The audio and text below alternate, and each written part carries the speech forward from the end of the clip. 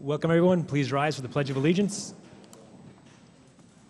I pledge allegiance to the flag of the United States of America and to the republic for which it stands, one nation, under God, indivisible, with liberty and justice for all. Welcome again, everyone. First item tonight is the approval of the minutes for the June 2nd, 2014 work session meeting and the June 2nd, 2014 regular meeting minutes. I'll move that motion. Second. Any discussion? All in favor? Aye. Motion carries 5-0. Move on to the open forum. Upon approach to the microphone, please state your name and address. Mr. Durkin.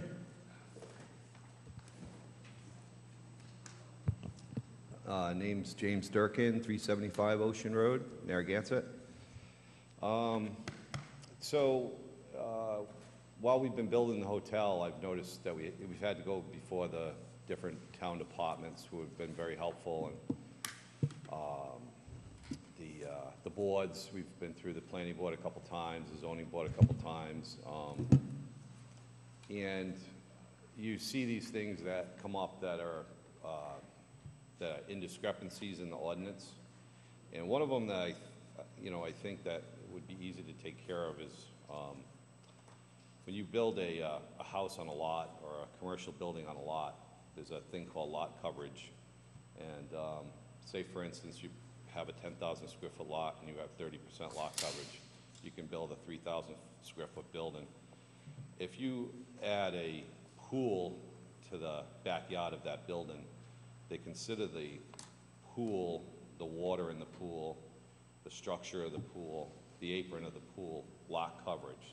So it actually makes it where you can build you have to build a smaller building or you have to ask for relief. So, the different times I've been at the zoning board where people have asked for relief, they generally, the members say, we feel this ordinance should be changed, it's ridiculous, I believe that I've heard that from members of the Community Development Department, the Building Inspector's Office, Planning Board, Zoning Board. So I just figured I'd come here and say, maybe it would be nice for the council to ask the town manager to see if what I'm saying is true, that it could be maybe set down on the agenda in the future, and it could go through the stages of actually getting changed, So it's made it difficult for us because we have a pool and a hot tub, and it's just a little bit, a little bit of a struggle for no reason, So the pool itself actually takes water in instead of, it stores water, because most people's pool, if it's built in the ground, is like 5 or 6 inches below the surface of the land around it. So it actually takes the water in and holds the water for that period of time where, the ideas of lot coverage of coming to protect the overflow and the surrounding areas. Just hope we could get maybe a little bit of help on that. Thanks. Thank you. Mr. Wojciechowski.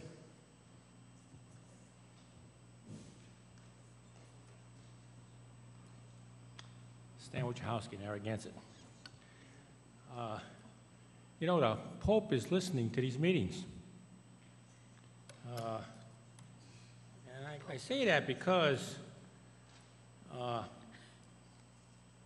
this Fortune magazine, September edition, he's got a pension fund which is short by a few $100 million. And one of the first things he did was impose a hiring freeze. He made a hiring freeze. First thing he did in February. I've been preaching this for a long time. Obviously, he's listened, and he took my advice. So I think if it's good for the Pope, I think we ought to consider what we're doing. Now, I got to admit that there was some other input. It says here in the book here that he took the biggest names in business and finance.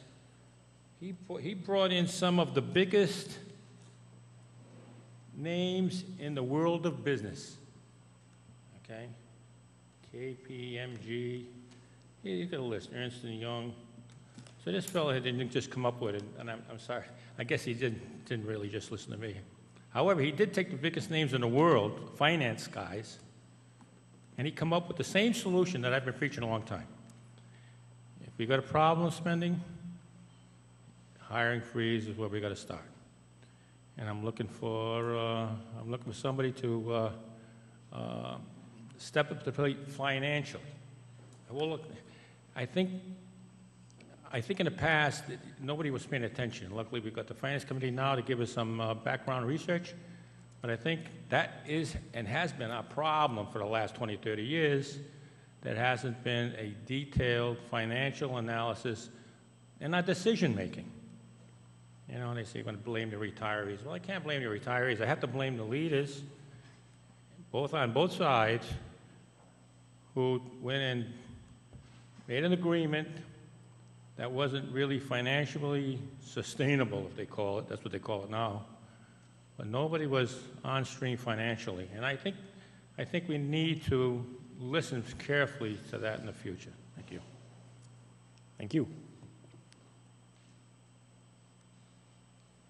Looks like there's no other, I'm sorry, Mr. McLaughlin.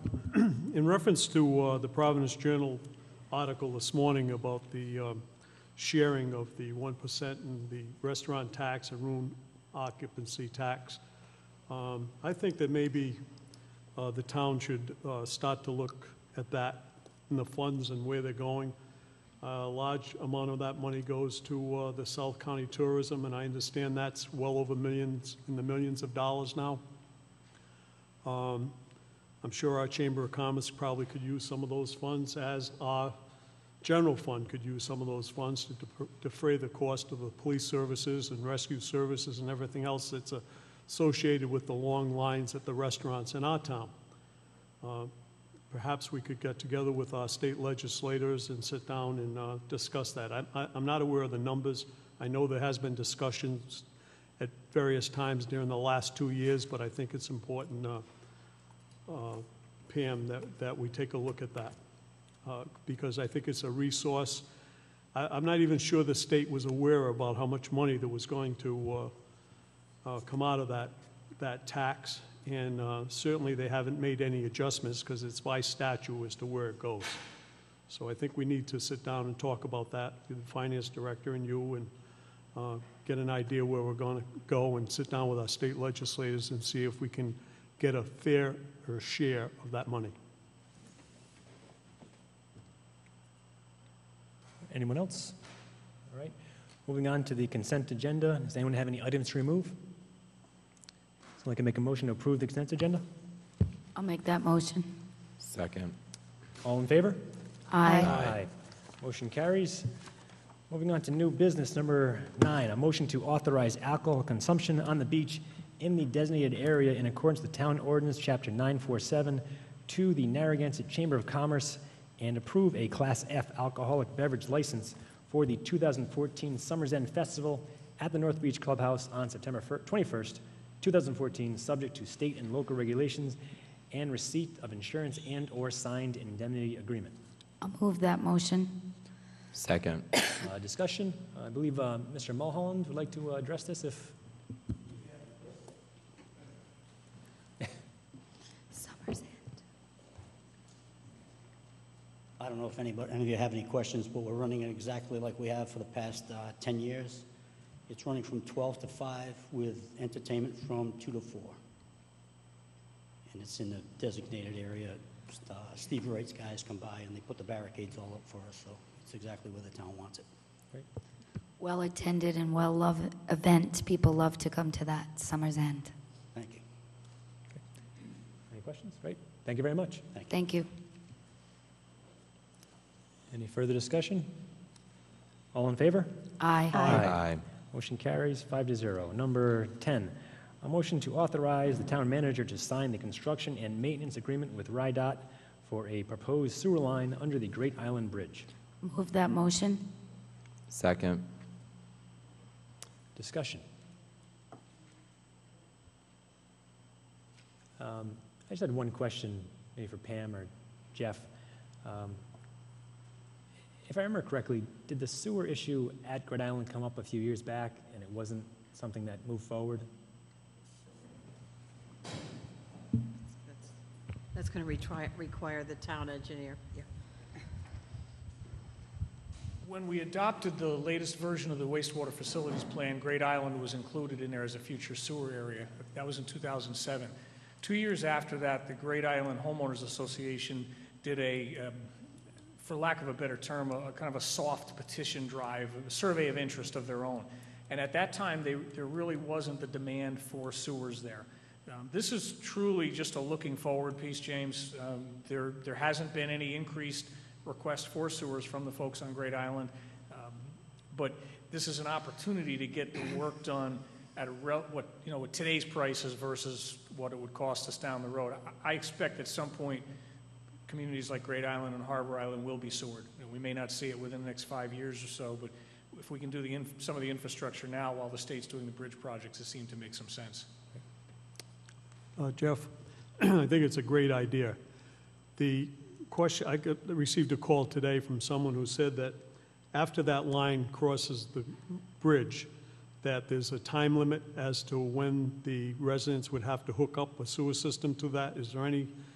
Does that make any sense? No, because that would all come into play if and when a council approved an actual sewer project for Great Island. At that time, you'd set policies that would tie in as to when people would connect. This is just a line with a gap at either end right now. Now, I know what it is, but I was just wondering, being with the federal funds and stuff, if there wasn't some type of mandate that you had so many years to hook up to the sewer line. No. So the answer is no. Right, the answer is no, because we're paying for it with local money. You're correct, though. If federal highway money was used for it, would probably be a different scenario. Yeah, that's the information I got today. Thank you. Thank you, Jeff. Any further discussion? All in favor? Aye. Motion carries 5-0. Number 11, a motion to approve change order number 1 for Phase 2 of the miscellaneous wastewater facility improvements project to be completed by Process Engineers and Constructors, Inc. in the amount of $507,545. I'll move that motion. Second. Discussion. I believe, Ms. Nolan, could you just explain this in short for us? Again, I would refer to Mr. Cesarin. He told me this was really Phase 2 of a project. It's all funded this year in the wastewater budget. Jeff, do you have anything to add to that?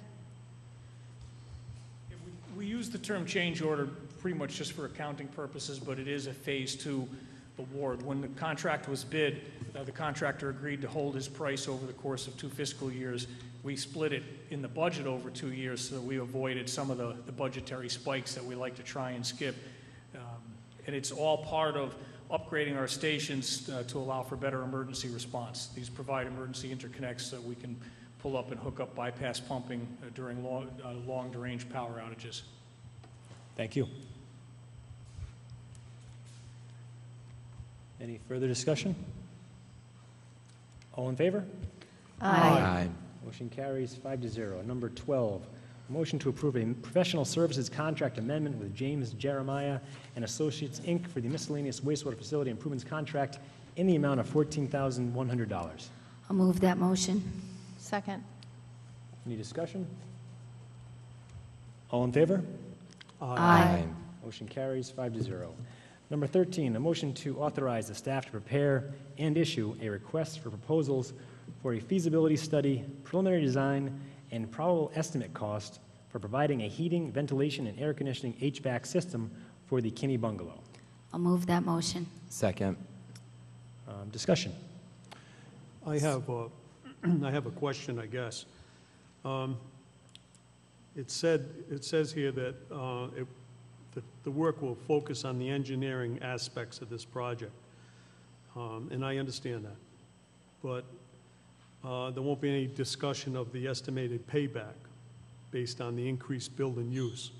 When that becomes before the council, could we request the estimated payback based on the building's increased use and the whole total package? with Yeah, I council wanted for Jeff fur- to for talk the- about it. So this is for the heating and AC at Kinney Bungalow. So this has been kind of ruminating at the land trust level for a while, as you know, Doug, from the beginning of the year.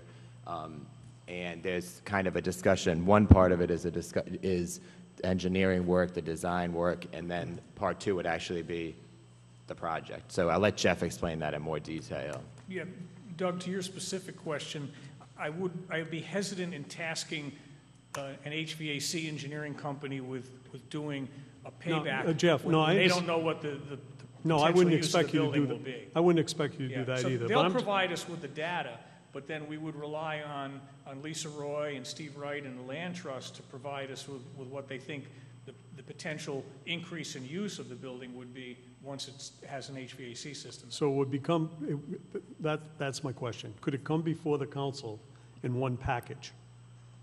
Yeah, I don't see why not.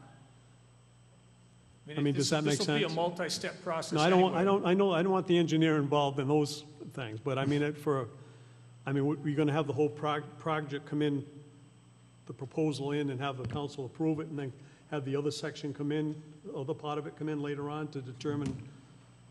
I think Whether it's, it's my understanding was that Jeff is looking at what we would put it out for what the engineering work would be to get it done. So it's kind of like the project design, for lack of a better word, and then then it would come to the council for approval to actually do the heating and AC project. If we don't like what we see, if we don't like what the costs are, similar, I think you could make an analogy to what we did with the cabanas in some sense, right? We got the design work, that's what we asked for in the budget season, and then we had an up or down vote actually on the cabanas after we saw what those estimates would be, because right now, we don't know what we're going to be charged to put heat and AC at Kinney Bungalow. That's just my point. At some point, you're gonna have to know whether it's cost-effective or not.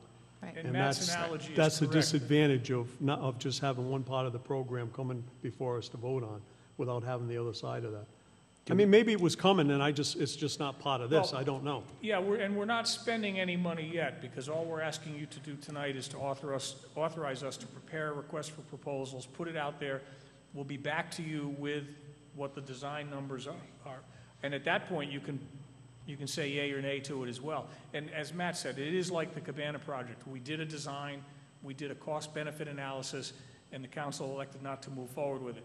Those similar steps will happen here. If you authorize us tonight, we will do a design. You'll still have to approve the design contract before that actually happens. Then you'll have to approve a cost-benefit calculation for it. What it'll do timing-wise, though, is that our hope is to get this set up so that if there is favor on the part of the council on moving forward with this, we'll have a number that we can plug into the budget for next year. We know we're not going to do this project this fall. It's not an active project in the capital budget unless you wish to make a transfer from contingency to fund it. But at least that way we'll have a number in place, a number that makes sense. Because right now, I don't know what the project is worth. I really don't. I don't want to take a guess at it either. And we don't know what it's worth in terms of money for cost, and also worth in terms of potential increase in revenue either. And that's Right. your question, right, Doug? That's my Right, question. yeah, those are all things yet to be determined. And Okay. do we have the capability to figure that out? Can we figure that Yes. out? It's all think we can. assumption-based. Yeah. Just a guess, I guess. You can make the numbers work, but you can't always make the numbers. Yeah. Thank you. Ms. Lawler? One of the reasons that the Land Trust is so interested in having heating especially put in is for the integrity of the building, number one, but also to increase the seasonality for the building. We had URI out last week, the conference director. He had never seen the facility before. Lisa Roy's done an outstanding job with weddings. But to bring the building beyond just a wedding avenue will create, I think, tremendous use for the town and also revenue for us. So to your point, Doug, we haven't done a great job with URI. We have them out there now. They're very interested in the project. They're going to be attending our program that thank you for approving the liquor permit for the Chamber of Commerce and the bungalow. We're having a fundraiser on the 30th of October. Buy your tickets quick because they're going to sell out. How to plug it. But URI will be at that event, and they have told us that they've seen many different ways that they can use the building, that they have never used it before. So we see it revenue increasing there. Thank you. Mr. Wojciechowski.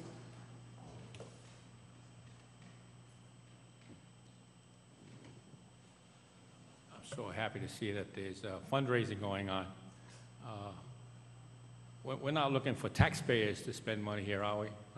Are we looking at a project for spending taxpayers' money? Is that what we're doing?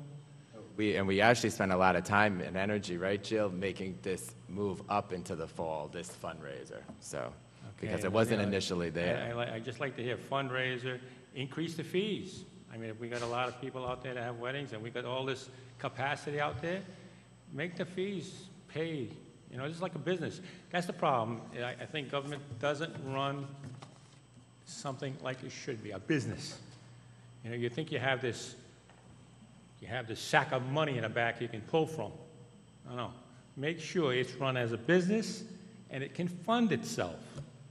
It doesn't need to be bankrolled even by the town. In fact, I'd like to see a bankroll a thing based on a business plan. Let's have a business plan out there and have the professional people tell us whether it works or not. Thank you. Thank you. Any further discussion? Mr. Vengamish.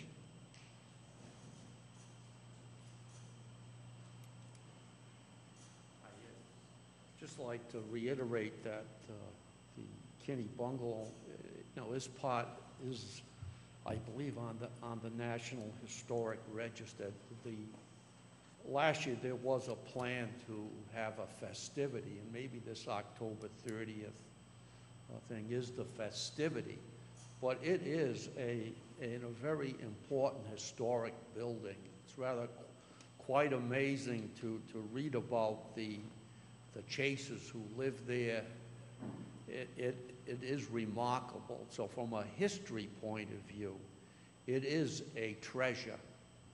So I just did want to point out this to you, that I'm hoping that this October 30th thing is the big party for being listed in the National Historic Register. Thank you.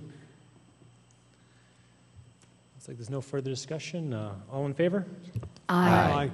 Motion carries 5-0. Number 14, motion to approve the purchase of one new 2015 Chevrolet Silverado 3500 HD four-wheel drive dual rear cab and chassis from the National Auto Fleet Group in the amount of $30,906. I'll move that motion. Second. That is 14. Discussion. I'd like to address that. I asked Mr. DeCicco, the interim DPW director, to be here to address this.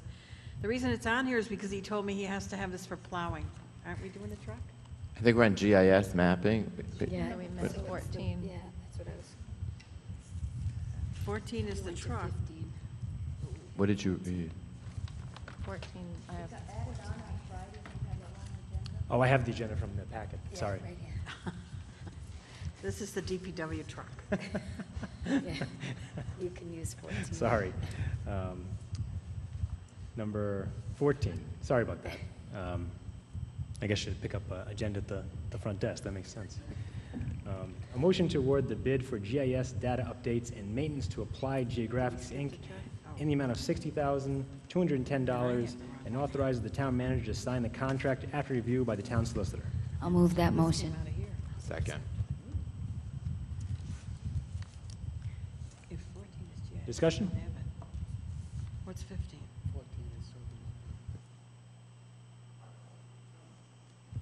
This is the GIS. Yeah.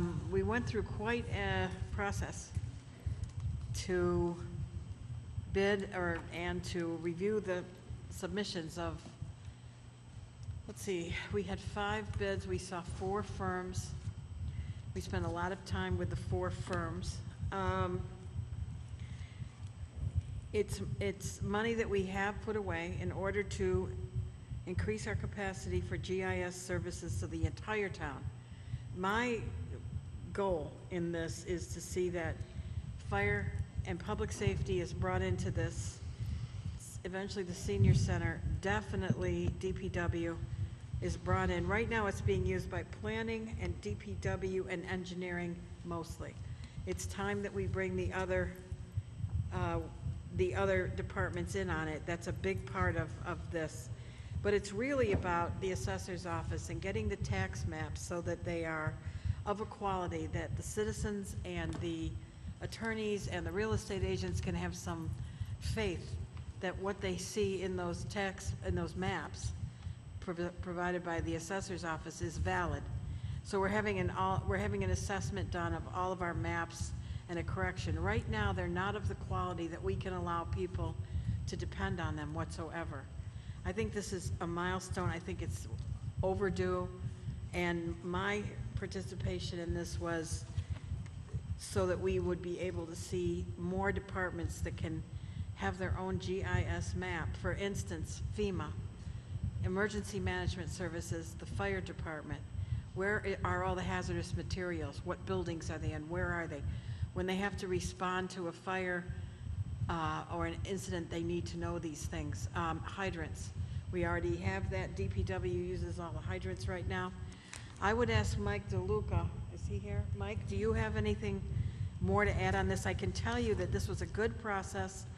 There were 4 very good New England firms. The money is in our possession and is budgeted or is put away for this purpose. Mike, what have I missed? I think you've hit it all. I just wanted to say that we had some very good bids come in, and the company we've selected, Applied Geographics, is one that has done an extensive amount of work in the state of Rhode Island. That was one of the key points that led us to them. Also, their bid package, their proposal was the most detailed that we read. It was the only one that provided clear deliverables at individual milestone points in the process. So we feel very comfortable in hiring them, and we're really quite anxious to get this project underway. I think it will be a big boost for our professional community that uses these maps, and they can access it at home or in their office on the computers and get a valid sample. I forgot what we called it. When we're fixing the maps, what's the phrase? It's called coordinate geometry. Yeah. Using coordinate geometry, and I'm glad you brought that up. It's a technical term. Dan's here. He understands it, and that's probably about the only person in the room that does. Yeah. But what it is, it's a level of accuracy.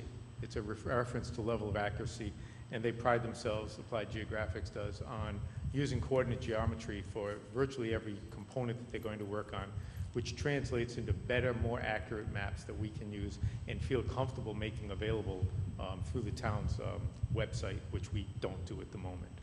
So that is a great advantage in the future. If I could add one more thing, most of our departments are going to be able to make, even the clerk's office, definitely recreation will have a big use for this.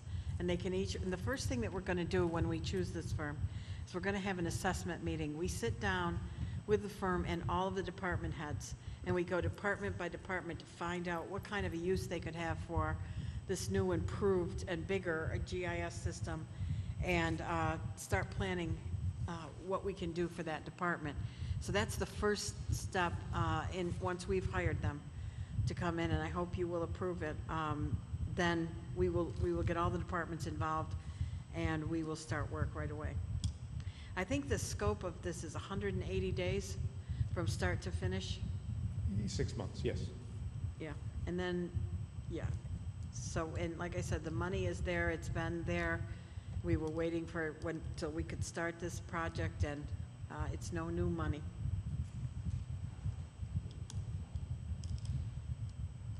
That's all I have to say. Any questions? Thank you, Mr. DeLuca. Any further discussion? All in favor? Aye. Motion carries 5-0. Number 15, a motion to approve the purchase of one new 2015 Chevrolet Silverado 3500 HD four-wheel drive dual rear cab and chassis from the National Auto Fleet Group in the amount of $32,906. I'll move that motion. Second.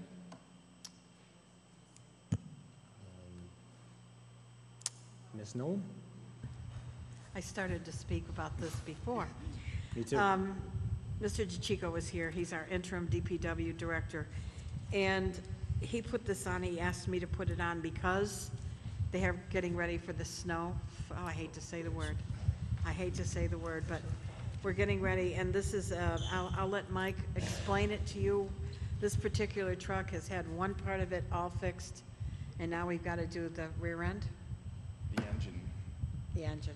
It's a 1999 Ford 550.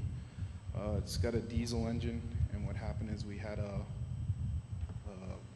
turbo failure, and part of the turbo entered the lower part of the engine and did about $11,000 worth of damage. So, one option is to replace an $11,000 engine or replace a 15-year-old truck.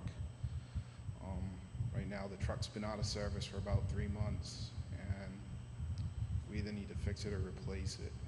And the value of the truck is a lot less than $11,000 for a new engine. What would it cost us to replace an entire truck? Right now, it's just the $32,000 for the new cabin chassis. We just replaced, we put a brand new dump body. You guys approved a brand new dump body for this truck last summer, I want to say, and we just finished putting a new dump body on the truck, and the engine failed.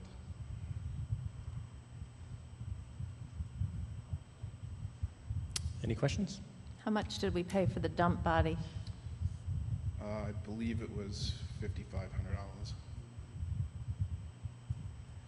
And all of that work was done in-house. So this new truck, we would just get the cabin chassis. We would do the swap over in-house on the dump body and the snowplow. This is also money that was budgeted, is budgeted, correct?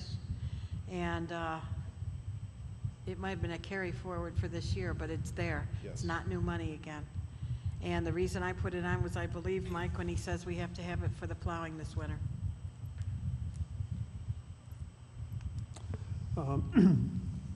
The old truck has 82,000 miles on it, the one Yes. that's broken down. Yes. That figures out, I think, about 6,000 miles a year you put on it. Yep. Not a lot for diesel. No. Was this truck used, according to the report here, that was used for coal patch and patching the highways? Is that primarily what it was used for? Yeah, primarily, and the new dump body that we bought for it, we bought primarily for hot patch and cold patch. That's what it was used for, I Yes. guess. Yep. Did you plow with that last year? Yes, we did.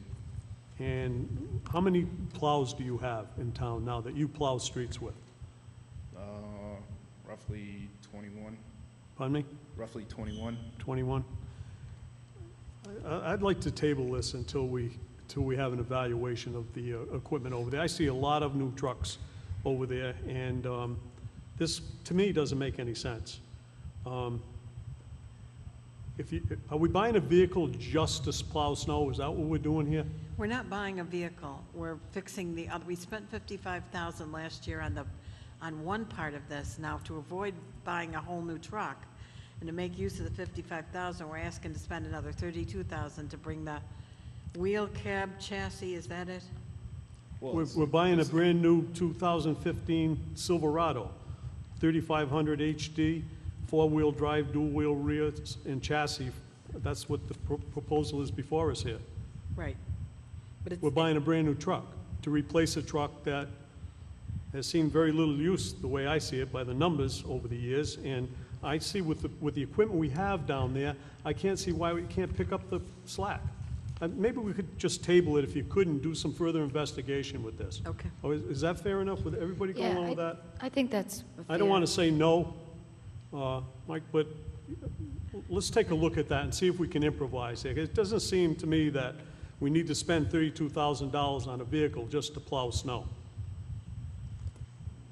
Mike, why did you want this particular vehicle? I mean, we're not buying a brand-new truck, right? We're putting, No, can it's you a brand- maybe it's a explain brand it new- better than I did? It's a brand-new cabin chassis to replace the 15-year-old cabin chassis that we have now. We have a brand-new dump body. We just put a brand-new dump body on the 15-year-old cabin chassis. Right now, I have a dump truck that's sitting there because Yeah. it's got a blown engine. But Mike, you have 21 plows, is that what you said you have for the winter time? So you're in pretty good shape as far as the plows, yes? Yeah. Yeah. Yeah. I mean, that seems like a good amount of plows. I don't know, I'm not a, No, I just don't know I just don't know what to do with the brand-new dump body that's sitting on a cabin chassis that can't be used. yeah, Yeah. but with the Are you 21, going to we're, be putting on this new vehicle? You're going to put Yes. that new dump? We're gonna swap the new dump onto the new cabin chassis. But I mean, I see a lot of dump trucks going, I don't know which, I don't know the numbers, but we have a lot of dump trucks. We have them with the little short I have rails 3. on them. I have 3. That's perfect for that kind of work. I have 3. 3 what, Mike? 3 small dump trucks. This one's out of service. So you have 2. I have 2.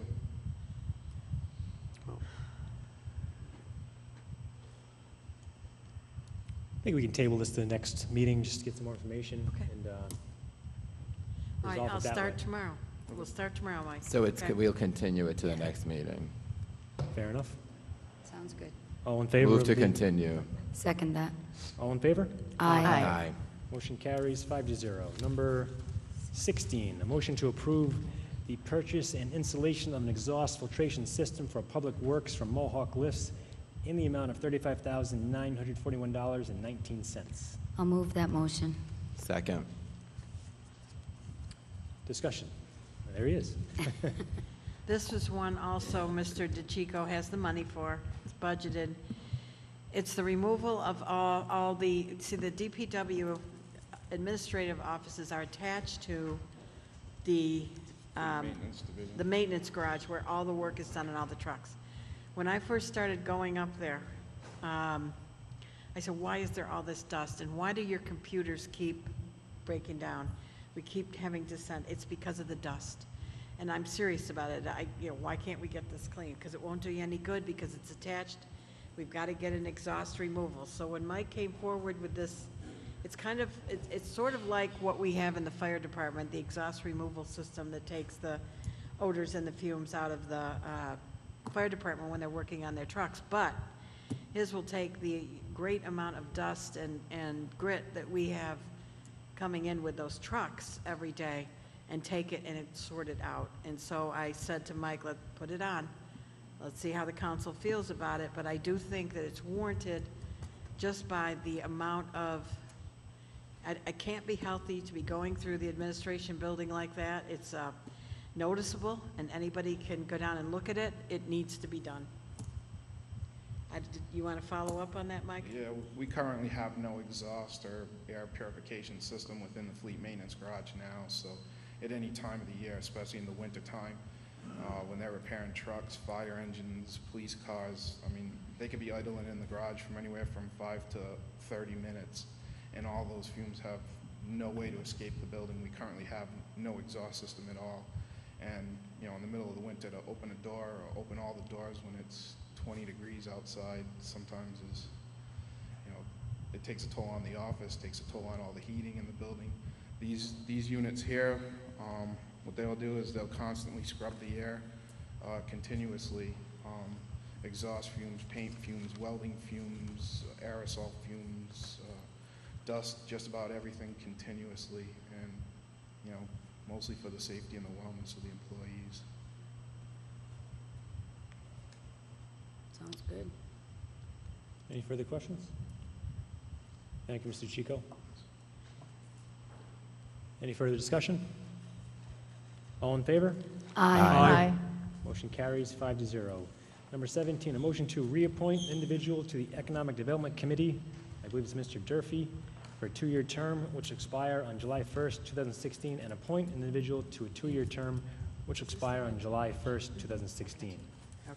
There's one applicant, it's Diane Mann, so I'll put her name up. Second. And any discussion? All in favor? Aye. Aye. Motion carries 5-0. I I'm sorry. abstain. 4-0, one abstention, I'm sorry. Number 18, motion to review and accept a tool to evaluate the town manager on an annual basis. I'll move that motion. Second. So, in 2012, we adopted a tool. Unfortunately, we never really used the tool. We said that we were going to evaluate the manager in January and July, and due to the changeover, we never were able to accomplish that. So, in talking with Mrs. Nolan, I wanted to revisit it, and I wanted to ask the council if, I think we were overzealous, and we had 2 evaluations. Maybe we do it annually to see if we can be successful with that. And then there was the old tool, and then you added a couple of different tools. And so maybe the council wants to look at those, examine those, and have a discussion on the evaluation. And I wanted you to speak to it, Pam, as well. I kind of feel like the first one in your packet is the simplest one, and it covers all the big items. The other ones are much more involved, and they're all fine with me. Whatever you choose is just fine. But I honestly thought that the first one would cover all the big items, and you may feel differently, and the other ones are much more involved. But they're fine, so whatever you choose. So, Pam, we had said January and July, and I think July's so busy in Narragansett, maybe January. I don't know how everybody else feels, but maybe I like the one you have. It's sort of a checklist. Yeah. Maybe January, once a year, that could be sponsored. You could put it on the agenda, and then the council could meet with the manager. It's just a tool. I don't know if everybody had time to look those over.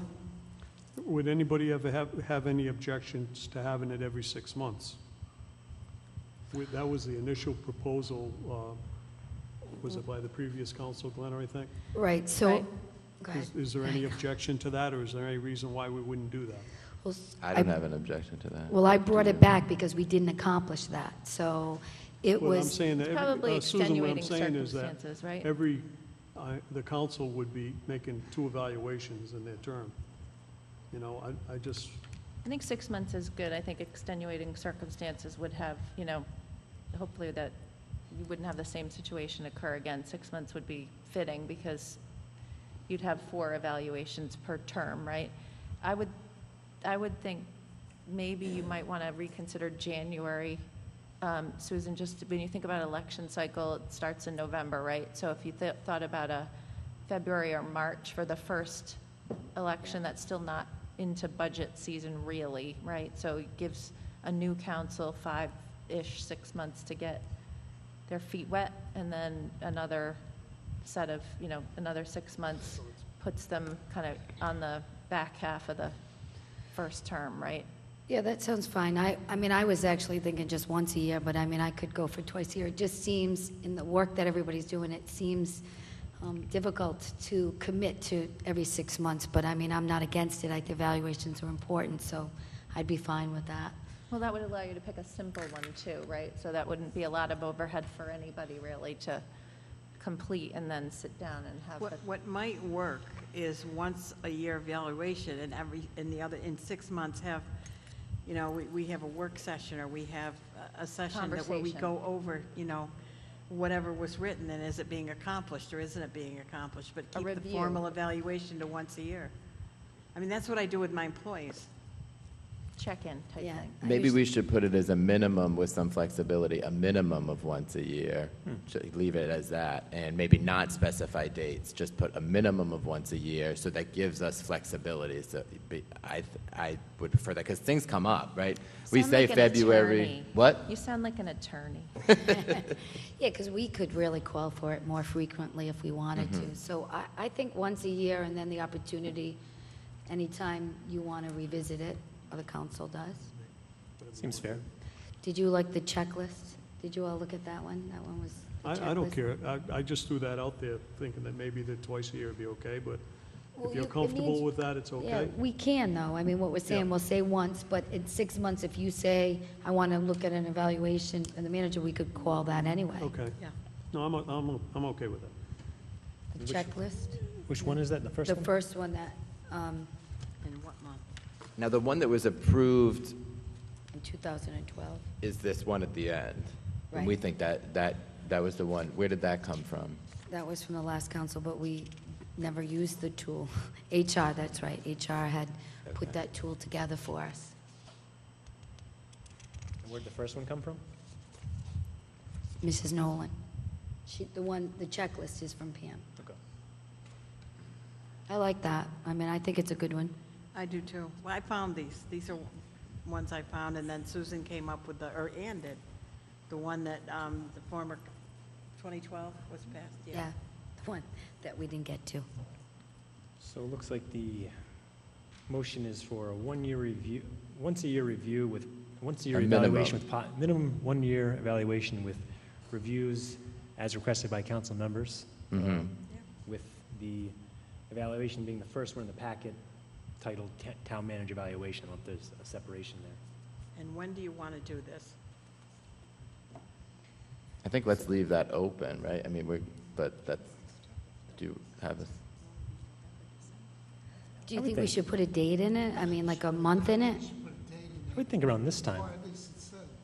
I would think Well, around, the I think around this time would be good, September? After the I summer. think it would be. Because I the think summer's kind of- October. And it's far I away think from October. the election, so The election cycle, September. there was an evaluation in Yes. November or October, Yeah. and then a new council good comes in and says, I want an evaluation in February. You're having 2 evaluations within a 4-month period. I mean, that could happen technically, so, I mean.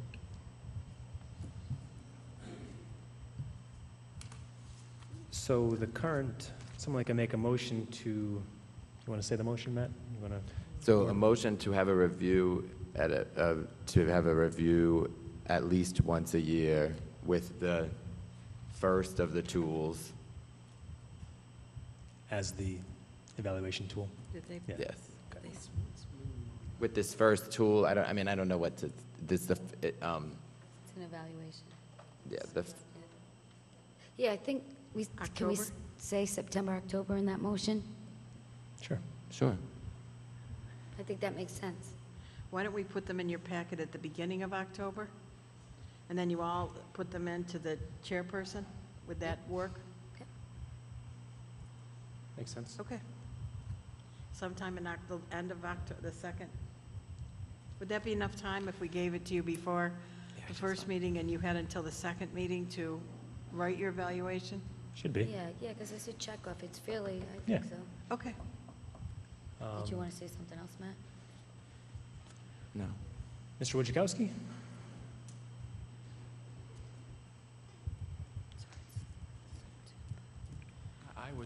I would hope that the, individually, when you have problems, you just immediately talk to her about it. You know, I used to do that with Lucians all the time. You know, I didn't like some number or something, I just storm in the office and say, I don't like this, what's it come from, where's it going? I just went in there and confronted him. And let's have a talk immediately, and don't let it fester for a whole year.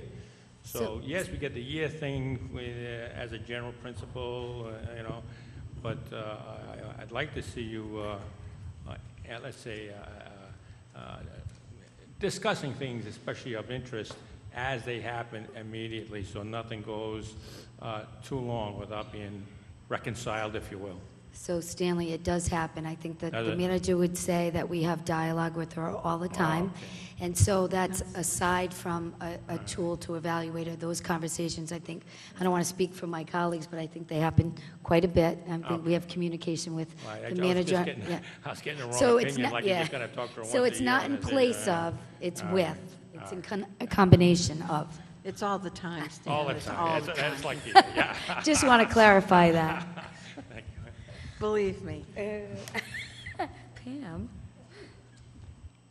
Any further, That's fine. any further discussion? All in favor as the motion as Mr. Mannix explained it? Aye. Aye. Number 19, a motion to schedule a workshop with the town council and the land trust to discuss and review the plan for the Middlebridge property. I'll move that motion. Second.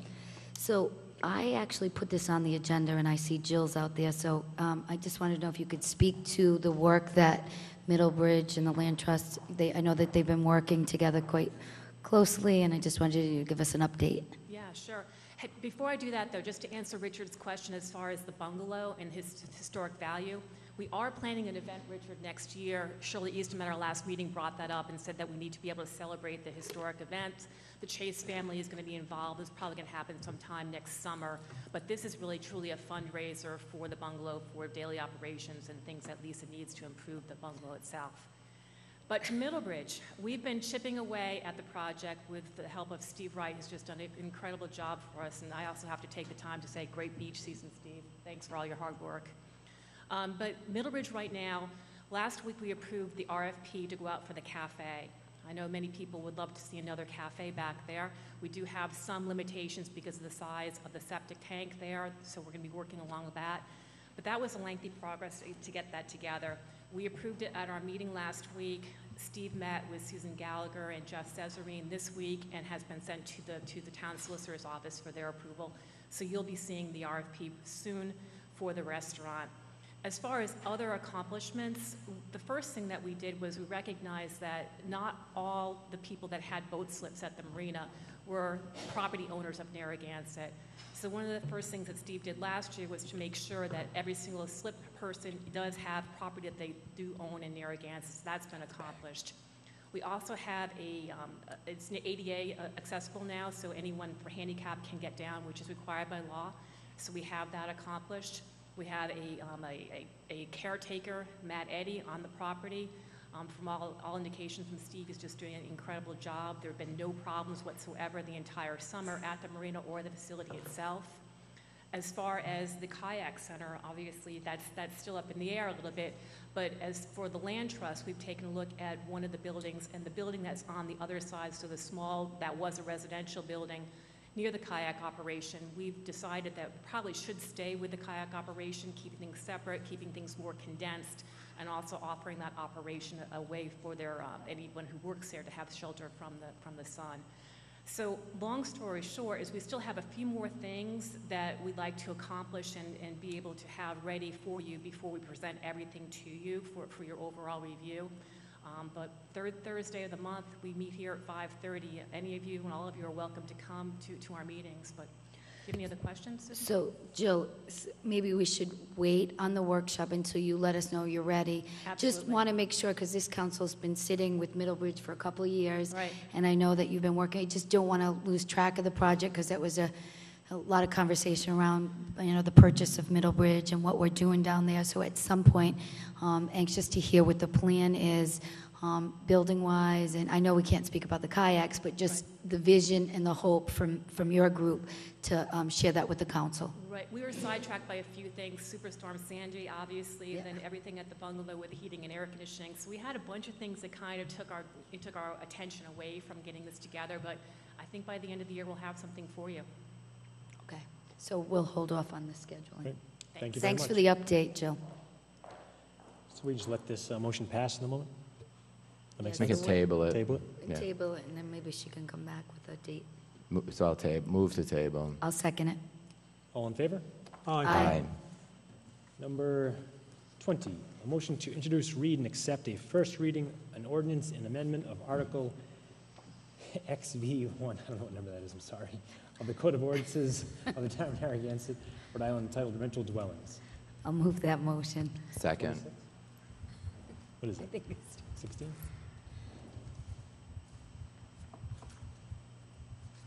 Ms. Nolan? This was put forward by Chief Hoxie and myself, and it's a direct result of the disturbances last May 3rd in Narragansett that I termed a riot. We've been studying, and we gave you a briefing not long ago of everything that we're going to do as far as the problems in Narragansett with student rentals. And the committee has met, and they're going to meet again at the end of this month. And we're going to start on an ordinance study. But one of the main problems that we see is the lack of a minimum housing officer that can work nights and weekends, work directly with police, fire, and DPW when they have to go on the scene, be right there at the parties, and do citing of the individuals at that time.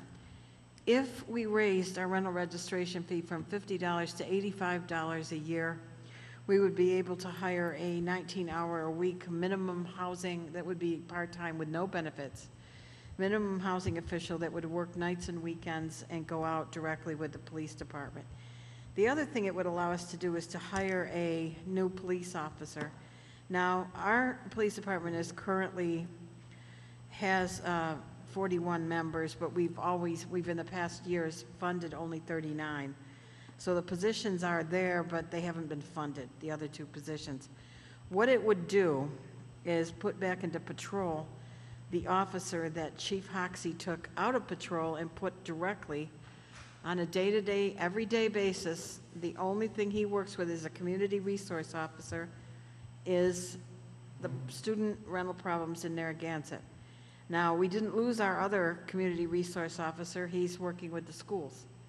But this one works directly and only on problems with student rentals in the entire town. So the figures are all here in front of you, how much we would need for a minimum housing officer, which is about $19,000, and a new patrol officer with benefits, $74,250. So the amount that we collect right now with 2,800 rental registration permits is $140,000 a year. And if we were to raise it, we could employ the new minimum housing person. You would have to agree to that. It would come out of the money collected from rental registration, and a new police patrol officer. I would ask Chief Hoxie to come forward, and he can elaborate further, if he would, on my explanation here tonight. Thank you, Dean. Probably to explain a little more on the staffing level. We at one time were authorized at 41 officers, and in 2008, with the collapse of the market, we had a couple of vacancies due to retirements, and at the time, Chief Little made the proper decision to not fill those two positions for fear that if we rehired, filled them, we'd have to lay them off with the uncertain economic times. I've continued that for the last 4 years and have not financed those two officers' positions. This is an opportunity, obviously, that where we did take an officer, assign him strictly to the task, 9 months of the year dealing with URI. Obviously, in the summer, there's more than enough to do to keep him busy. But we did take a body out of patrol. So this would allow us to fill that spot back in.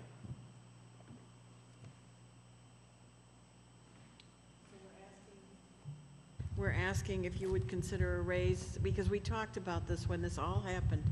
What can we do? We've identified these two things: taking another officer, making that officer a community resource officer that's only working 9 months out of the year, I think Dean said, with student rental problems. And I think what's absolutely necessary is that minimum housing officer to work nights and weekends. Now, that idea comes strictly out of Newport. That's something that's worked very, very well for that community in trying to control unruly behavior, is to have a minimum housing officer out on the road. We've been talking to a lot of other communities, and we've also put together an awful lot of information, and as you know, we've hired a consultant. So the ad hoc committee is about to start work right now, this month, on the ordinances, and hopefully we'll come back to you with some new ideas. But right now, I hope that you will consider a raise in rental registration, since it was discussed here last May, to hire these two individuals to help with this problem in the town. Thank you. I don't have any objection to raising the fee, but I do have an objection to adding another police officer to our force. I think we have enough police officers. We just added them with a federal grant, one of our past meetings. Is that correct? We voted for that. And I don't see any reason why we have to. We just don't fill positions. They've operated since 2008 with 2 less officers. Now we got 1 and maybe, what, 2 more? No, we haven't heard back that if we're even in the pool yet. Well, you might get it. We might. It's a big might. But even so, since 2008, they've been functioning pretty well. And I just think that adding another officer is just totally unwarranted here. I would agree with you, Pam. I mean, I think that the money that we raise for the rental registration could go to a community officer that's dedicated to that area. We had a huge issue in the town last year, and We obviously, enforcement was one of the three things that we talked about. So if we're going to raise it and take that money, the only question I have, if we do that, can we revisit it, or once we hire that community person, can we see the effect of it and evaluate it to see if it's working or not? Because, or is it something, once we say yes, then we have that ongoing, if, do you know what I mean? I do know exactly what you mean. A caveat here is that once you dismiss somebody that you have already employed, you have to pay unemployment and other benefits for a long period of time. It's really not, I mean, we have to be pretty certain that we want to keep this person on regularly. I mean, you could take, say we did get the positions, we put in for 2. That might be something where you consider taking only 1 since we added 1 here. I mean, it's just an idea, but that is a really big pool that we're entered into with the whole nation, and I'm not sure we're going to get that money. I think we have as good a case as anybody because we have these problems with student behavior and disrupting our town. So we thought, the chief and I thought that was a pretty good scenario for us to make ourselves eligible. We won't. Dean, do you have any idea when we will know? No, he says no. Let's just, yeah, but the point, we're dedicating 2 of the new hires to this area anyway, aren't we? Well, We're not dedicating 5 people there. Dean, if you would come up and talk about your party, I don't even know if they're still called a party patrol, or if I'm giving you the wrong name. Am I giving the right name? No, I don't think so. No, it's party patrol. That's the basics of it. What we did now that we're at full staff at 39 is we reinstituted the 7 at night to 3 in the morning shift. And those officers are dispersed with the regular shift, 3 to 11 and midnight shift, to give us, on an average night, 6 officers for the entire town. Obviously, those resources are allocated where the need is, and most of the time the need is in the south end of town, and in particular Eastwood Look. We had 8 arrests last night of URI students already.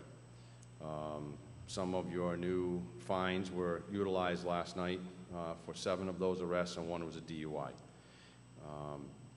So those officers are not dedicated strictly 100% to the University of Rhode Island issues that exist in Narragansett. They are patrol officers in an area, and they are put where they need to be. So, excuse me, we don't have any officers dedicated to the student problems here? We do. We have an officer for the follow-up during the day, and He then works at night, days, Monday through Friday, yes. okay? And then at night, there are officers that are assigned to Eastwood Look At what hours? from 7 at night to 3 in the morning. That's what I said. So how many officers do you have assigned to this 7 to 3 in the morning shift? At least 1 for that area. Plus there's a south car, plus there's a roaming car. Yeah, well, really, that's my position. I don't want to get into all the details about it, but really, you know, it's a patrol problem, it's a police officer's problem, there's crime going on down there that has to be addressed. And putting one guy in on that problem, it's just not going to work. It's not going to work, and hiring another guy is not going to work. I'm not saying there's just one person that's assigned to that area. I'm saying there's one specific to that area. Well, The offices are utilized throughout the town of Narragansett. Every single neighborhood has a party issue in this town, and we are dispersed as best we can. I wish and we'd we stop deal with calling it party issues and partying and identify it as criminal activity. It is. 'Cause that's what it criminal is. activity. It is, absolutely. That's what it is. It's not party time or anything else. It's criminal activity that falls in the lap of the police department. You're absolutely And correct. I don't think we need to hire more people to deal with that problem. We've got more than enough personnel. You may have to reassign them or rededicate or replan it. That's what you have to do to fix it.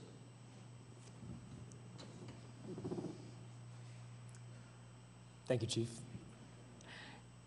To address Susan's concern about the, whether it's working out or not, I think, people retire, right? So I think concern could be dealt with through attrition. I don't know that there's a year that goes by that someone either hasn't gone out through sick leave or, and we could just not re-up a position So through in a attrition. budget process, right? Okay. I feel fine about it. And I think we talked about this at length last spring, this summer, today. I mean, I think by far it's the biggest issue we have in terms of quality of life. And we have other issues, our financial issues that are severe. But, I mean, just last night, everyone moved back in. I talked to someone, and they said that Eastwood Look was just chock full. You couldn't even drive down the streets because there's so many vans, trucks, cars moving in. And that's just a fact of life, but I think we have to dedicate resources.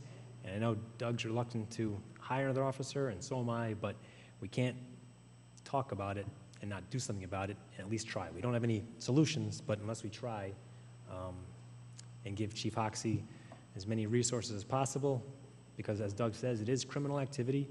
And I got a complaint this morning from a friend of mine who had issues with noise last night in his street. So it's begun, and I just hope we can make some moves to stop it. I know it's an ongoing problem. It's never going to be solved today or tomorrow, but we have to keep addressing it, and this is one way to do that. Mr. Bengamish.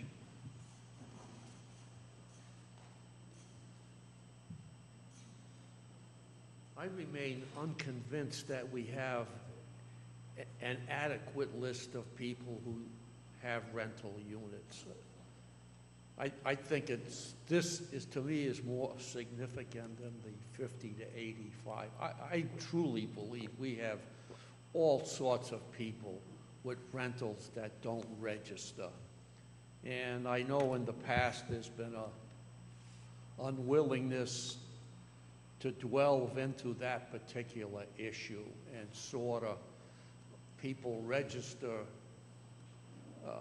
out of the, I guess, the goodness of their hearts or whatever you want. But I remain unconvinced that we are taxing the totality of the rental market. And I would wish that at this point we fess up to that issue, that we really may not have all the universe that is renting houses, paying the tax, and being registered. That to me would be the first task I would get at. And if any of these problems took place in houses that weren't registered, I think the criminal act goes to the person who also didn't register the house. And Ms. Nolan, is it fair to say that the minimum housing officer could address those concerns? Absolutely. If we had that minimum housing officer that goes with the police at night, he'd be in there. I want to assure Mr. Vangamers that indeed we do get these people who do not report that they have rentals every day. Mostly it's our building inspector, Mr. Santilli, and our minimum housing person that works 12 hours a week. But also the fire department, they do a lot of inspections and they will let us know. And the police. So they are, and neighbors, people who live in these areas will tell us. We're constantly adding to it. I agree with him. There are people who somehow manage not to go unregistered, but we do find them, I would say almost daily, weekly for sure. Mr. Wojciechowski.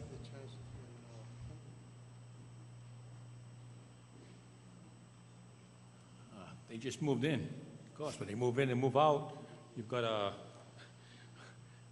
rally or exuberance, all kinds of excitement, moving in, going to school or leaving. So there's only really a few weekends that we have this. So it's so right that we hire part-time. We maybe need 10 or 20 officers on a day like last night. But we certainly don't need extra officers all year long. The hiring freeze should hold. We only have these 10 or 20 on a part-time basis for those days we know that they're going to party, and we know where they are. It's after exams, it's when they move in and when they move out. So that's what we need. Now, there's 4 rentals across the street for 13 years, student rentals. Never had a problem. I sleep fine. No noise. You're lucky, So Stanley. student doesn't really fit here, okay? What fits here is, like they say, they're disturbing the peace, drunk and disorderly. We have violation of some laws, criminals. You have to call them criminals, not students, not students. 90% of the students are very respectful and behave very well. 90% do. It's that 10% who decide to get drunk that draw all the others in to see it. As I said before, my wife and I used to visit Eastwood Look to see the parties going down there. You know, I saw the bus down there. They were taking buses to Providence so they wouldn't disturb the neighbors in that particular case. I had to stop my wife. She wanted to get on a bus and go party down in Providence, you know. I said, can't do that, Mary. So, you know, so we've got to really focus. That's the problem here. Rental registrations failed. The whole thing is no good. That's not the way. That's not the way to raise funds. We raise funds. The chief had it right. Cost recovery. Cost recovery. We get those 20 officers down there, the part-timers, whatever, and every party that's down there, that house, those rentals, they pay $3,000.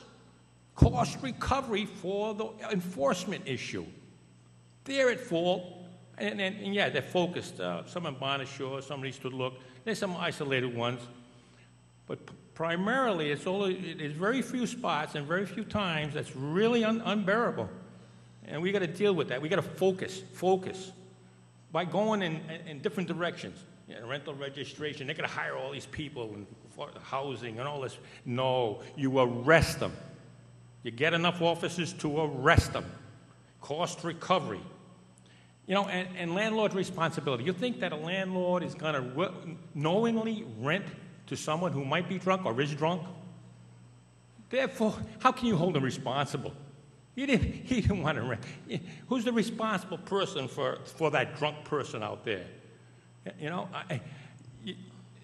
so the issue is the police, the fellas with the guns and the arrest warrants and the badge, they have to show up there. The students will listen to those people, but they must show up there in force. And this rental registration, it didn't work, hasn't worked, will not work. It's a money, you know, it's just it was used by past politicians in order to say, oh, we're doing something. They didn't know what to do. We don't know what to do, so we're doing something. Well, if something didn't work, it's no good.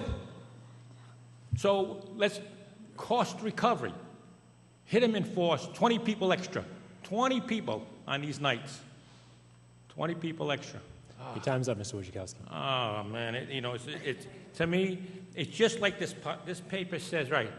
The paper here, the opinion, the evil retirees are to blame, okay? We evilize the retirees for the retirement problem. We make an evil out of the landlords for a drunk problem. But the real problem is you're not arresting the people who are breaking the law. And you've got to find a system for that. I hate to use a military system, Thank you, Mr. Wojciechowski. But we could call in the National Guard. Much. Is it appropriate to call in the National Guard to get these people arrested? I think you made your point. I think that's a better idea, the National Guard. Absolutely, the better idea is the National Guard. Bring them in on those specific days. It's much better than trying to register people like me who are innocent of any violation like this. And my tenant... Mr. Wojciechowski, I have a question for you. Go ahead. How many apartments do you own? In Narragansett? Right. I think it's over 40. And are those residences? Say again? Are those residences? We have about 40 rented, probably about 45 in Narragansett. I don't know the exact number because Mary does that. Are those taxed as a business or residence? Okay, business. That's another issue. IRS defines a business Schedule C. Schedule C is a business. Real estate is not a Schedule C. It's a Schedule E. It's not a business. It's not a business. It's not a business. According to the federal tax code, according to the federal tax code, a business is Schedule C. Carol Stewart's wrong on her thing here. We are not a business. It's a rental real estate, and it's separate form from the Schedule C. Whether it's a business or not, that's not fixing the problem. The problem is arresting people, not registering people. I don't care whether a business or not. I don't care if it's the. Stan, the answer is not arresting people. The answer is to prevent the problems from happening so you don't have to make an arrest. And that's how you do it. You know how you prevent them? You prevent them by arresting those who violate. Has nothing to do with making arrests. Yes. If you are making arrests, yes, then the system is failing. I beg to differ. Well, if they see, I disagree with you, if they see that they're being arrested, if they see the house down the street is being arrested and charged $3,000, I guarantee you they will not do that. They will not do it when they see somebody arrested. They must be arrested when they break the law. When they break the law, they must be arrested. That's what our police force is for. Mr. Wojciechowski, enough. Have a seat, please. I know. Enough. I will. But I think you're doing something so wrong here. All right, with enough. this Mr. particular Wojciechowski, thing that it's enough. hard for me to Your sit time down. is up. I know. Thank you very much. Appreciate that.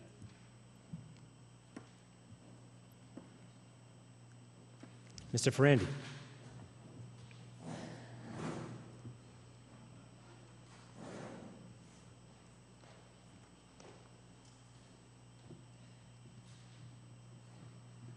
Thank you, council members.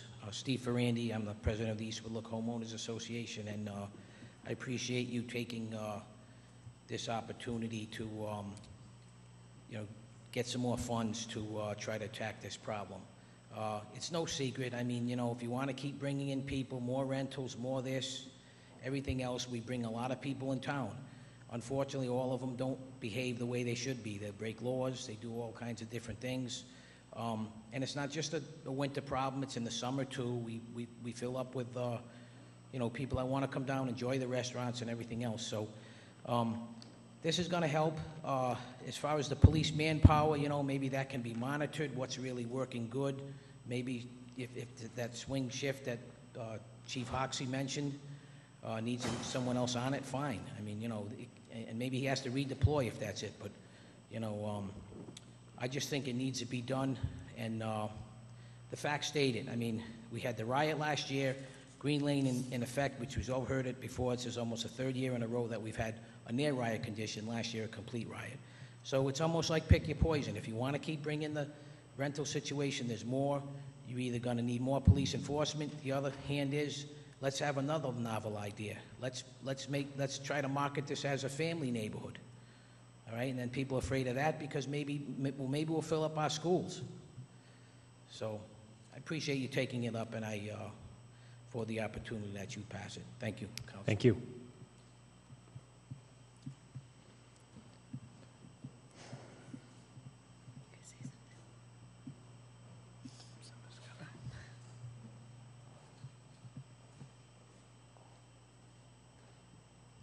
Council members, I think it's wonderful that they now have a consultant to tell you what to do about all these issues. In past councils, we've addressed the council, told them of the problems that would occur. We told them that there would be a lifestyle change.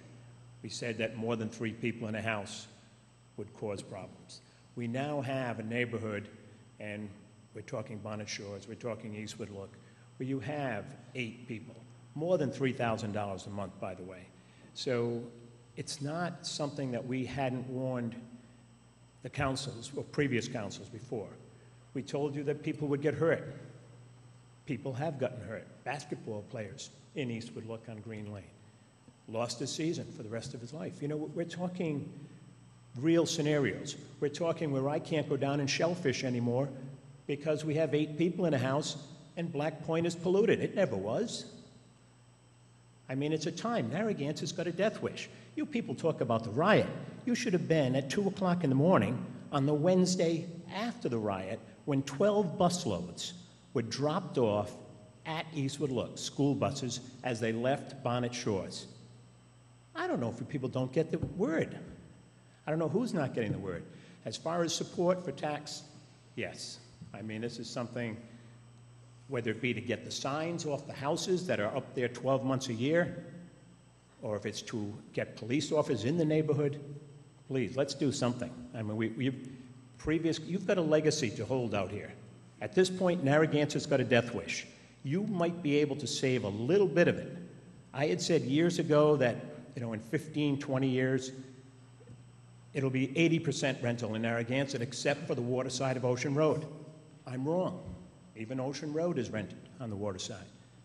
Please, let's do something to save the council, whether it be the people you're hiring and the additional police that we can hopefully get. And if it's rental registration, what's $75, $85, $100? It's nothing, especially from the people it's coming from. And it also can be deducted under Schedule C as a business. Thank you.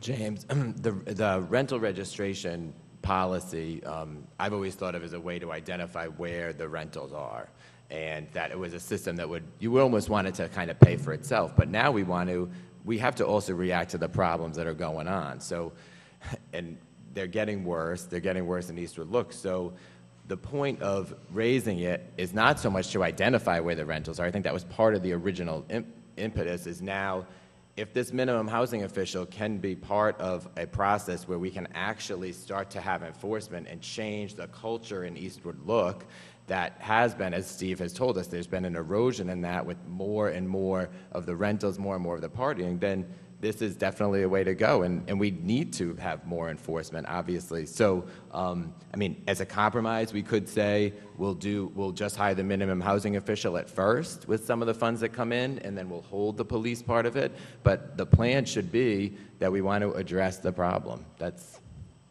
I just think we have to, I mean, we've got to react to the problems that are going on in our town, and it's going on, so. I don't have a problem with raising the rate, but I do have a problem with hiring another police officer. That's my problem. And this is all part of a package. And I don't think adding one more police officer is going to make one bit of difference unless we change our policy and the procedures as to how we deal with the problem there. And like you said, Matt, we react. And that's what we've been doing for I don't know how many years around, is reacting to the problem. Very little proactive stuff. In the meeting I had with the manager and the chief a few months ago, the whole ring was proactive stuff. And I'm not hearing that proactive stuff when you're talking about hiring a new police officer, because I don't see the effect of that. There's no effect of that. The $74,000 figure is a lot of money. And I think it might be higher than that, the cost of adding a police officer. I think it could be better spent in other areas. That's my opinion. And that's my problem having to vote with this thing, because part of it I like and the other part I don't. And I assume I have to vote on the whole thing. Sir? Just come to the mic, please.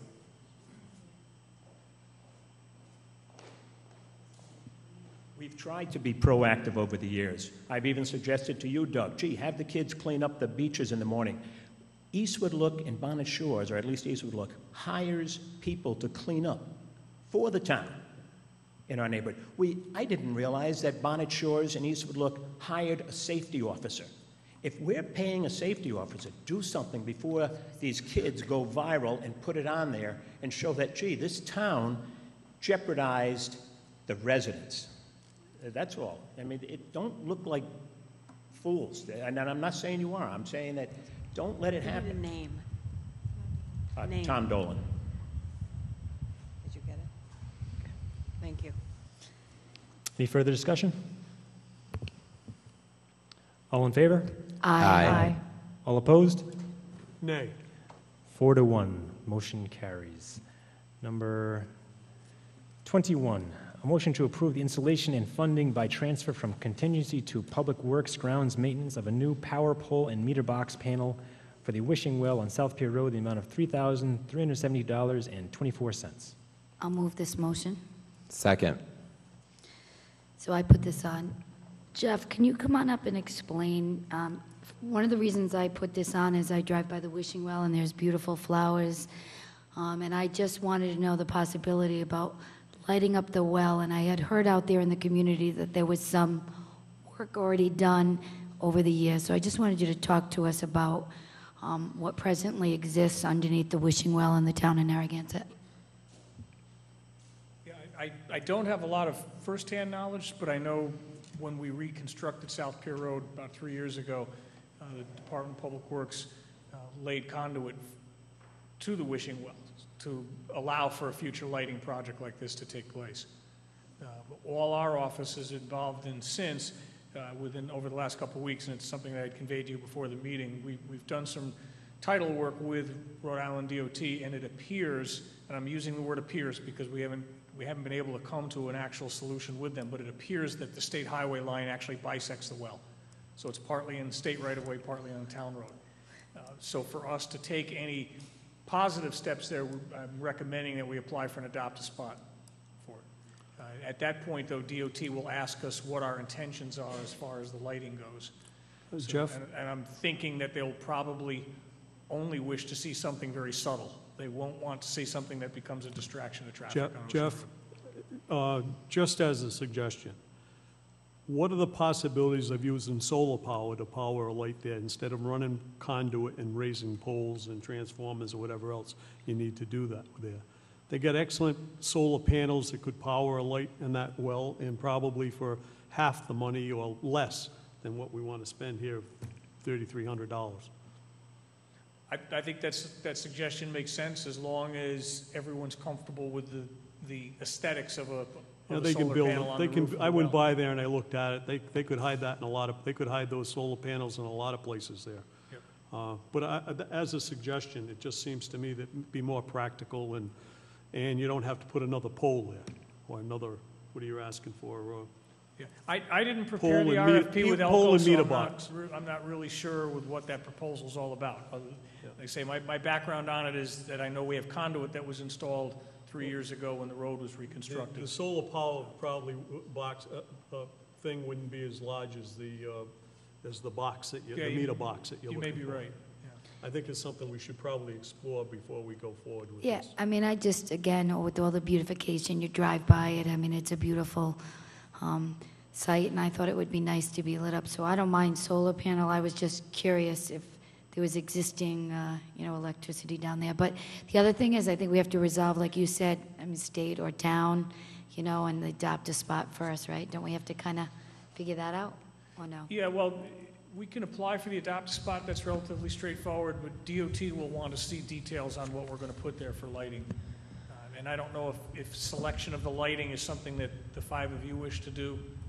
I'm not a lighting consultant by any stretch of the imagination, but I don't know how the solar will I'll defer look. to I mean, someone on that one. I'd like to say, ask if any of you remember a time when it was lit.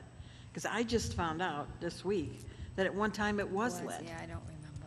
And But I've we heard about we had it lit before it, but I can't find anybody that John? remembers that. This was an old timer that told me. Really? I don't know.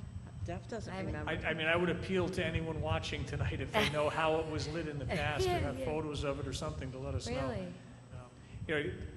Lighting can take on a lot of different styles there. Again, I think DOT is going to want something fairly subtle so that it doesn't become a distraction to traffic. Yes. So could you bring something back? I don't know. Yeah. Yeah. Yeah, I mean, Yeah, we'll I bring think it that back would- at the next meeting. all right, that'd be good. So we'll table this, make a, And they'll bring back a proposal or... any further discussion, comments? No? So let's make a motion to table. I'll make that motion. Second. All in favor? Aye. Aye. Number 22, a motion to approve a settlement and authorize the town manager to sign a memorandum of agreement between the town of Narragansett, Rhode Island, and Rhode Island Laborers District Council on behalf of Local Union 1033 and Edward Sylvia Jr. I'll move that motion. Second. Ms. Nolan, can you give a short description of this, please? This is a settlement we made with Local 1033 to avoid arbitration. It is something that the solicitor talked to you about in executive session. It is something that I, as the manager and the management team, feel is a very good idea. It's $8,000. I really feel that a arbitration could cost us $15,000 anyhow, maybe more, depending on how long it took. But we think everybody's happy with this on both sides, the union and the management.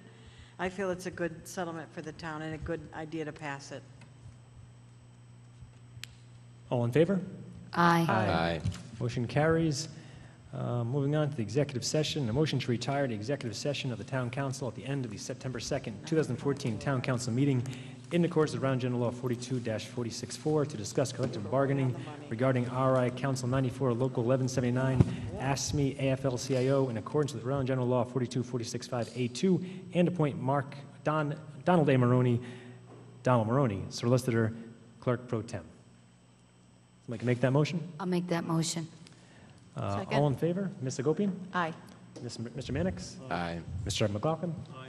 Ms. Bonanno? Aye. Mr. Callahan? Aye. Have a good night, everyone.